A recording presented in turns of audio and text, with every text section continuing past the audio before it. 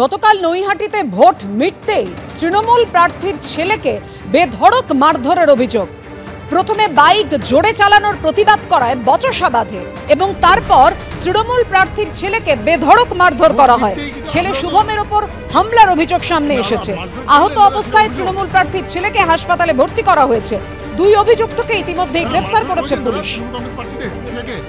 আপনারা জানেন অর্জুন সিংকে, সেই প্রসঙ্গে অর্জুন সিং ভাটপাড়া পৌরসভায় টেন্ডার দুর্নীতির সেই অভিযোগ খারিজ করে দিলেন। পাল্টা অর্জুন সিং এর বিরুদ্ধে চাঞ্চল্যকর অভিযোগ করেছেন সোমনাথ শ্যাম। বিভ্রান্ত করার চেষ্টা করছেন অর্জুন। 4 কোটি টাকার টেন্ডার দুর্নীতি অর্জুনের জামাইয়ের সংস্থা তারা করেছে। প্রয়োজনে সুপ্রিম কোর্টে আসুক, জেলে ওকে ভরবই। অর্জুন সিংকে চ্যালেঞ্জ ছুড়ে দিয়েছেন জগদ্দলের তৃণমূল বিধায়ক সোমনাথ শ্যাম। প্রথম কথা হচ্ছে উনি তো পুরো ব্যাপারটাই ডাইভার্ট করে দিলেন। এই ইন্টারকন্টিনেন্টাল যে কোম্পানিটা 4 কোটি টাকা নিয়েছে সেটা তো হচ্ছে ওর জামাইয়ের কোম্পানি। ওর জামাই কৃষ্ণেন্দু সিং, যার বাড়ি উল্টোডাঙ্গায়, যার সাথে অর্জুনের ছোট মেয়ের বিয়ে হয়েছে, তার কোম্পানি, সেই কোম্পানির উনি ডাইরেক্টর, ওর জামাই, তারা এই 4 কোটি টাকাটাকে নিয়ে এখনো বসে আছে। এটার থেকে অস্বীকার করার কোনো মানে দায় এড়ানোর মতন ব্যাপার হলো। এমনি ওর মাথা ঠিক কাজ করছে না, যার জন্য ও এখন ভুলভাল বলছে। আজকে সকালে শুনছিলাম কি রাশিয়ান কেমিক্যাল এনেছে অমুক তমুক। অর্জুনের মাথায় না ওই কেমিক্যাল লোচা হয়ে গেলে ওই নানান রকম এইসব জিনিস ভাবনা চিন্তা আসে। যদি অর্জুন কিছু নাই করে থাকে তাহলে অর্জুন এই হাইকোর্টের কাগজ আপিল কেন করছে? এই যে কেসে আজকে সিআইডি ওকে ডেকেছিল, সেই কেসেও দেখুন ও আজকেও অ্যাপিল করেছে হাইকোর্টে, সেখানে সোমনাথ শ্যামকেও কপি পাঠিয়েছে।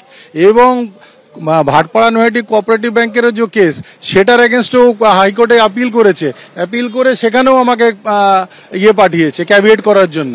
অ্যাপিল করছে যে না, আমি দোষী নই, আমাকে এটাকে সাজানো হচ্ছে। তো আমি কি দোষী? ভাটপাড়া নৈহাটি কোঅপারেটিভ ব্যাংকের যে ও দোষী সেটা আমি প্রমাণ করে দিয়েছি।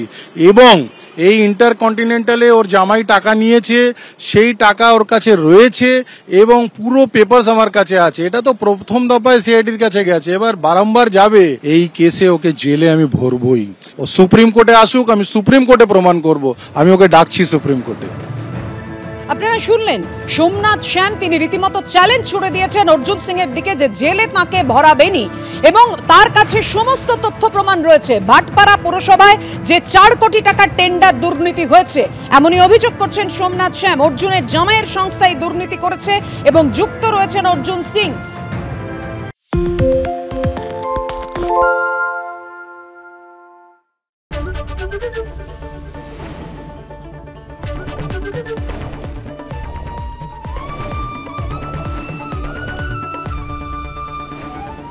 এবিপি আনন্দ, এগিয়ে থাকে, এগিয়ে রাখে।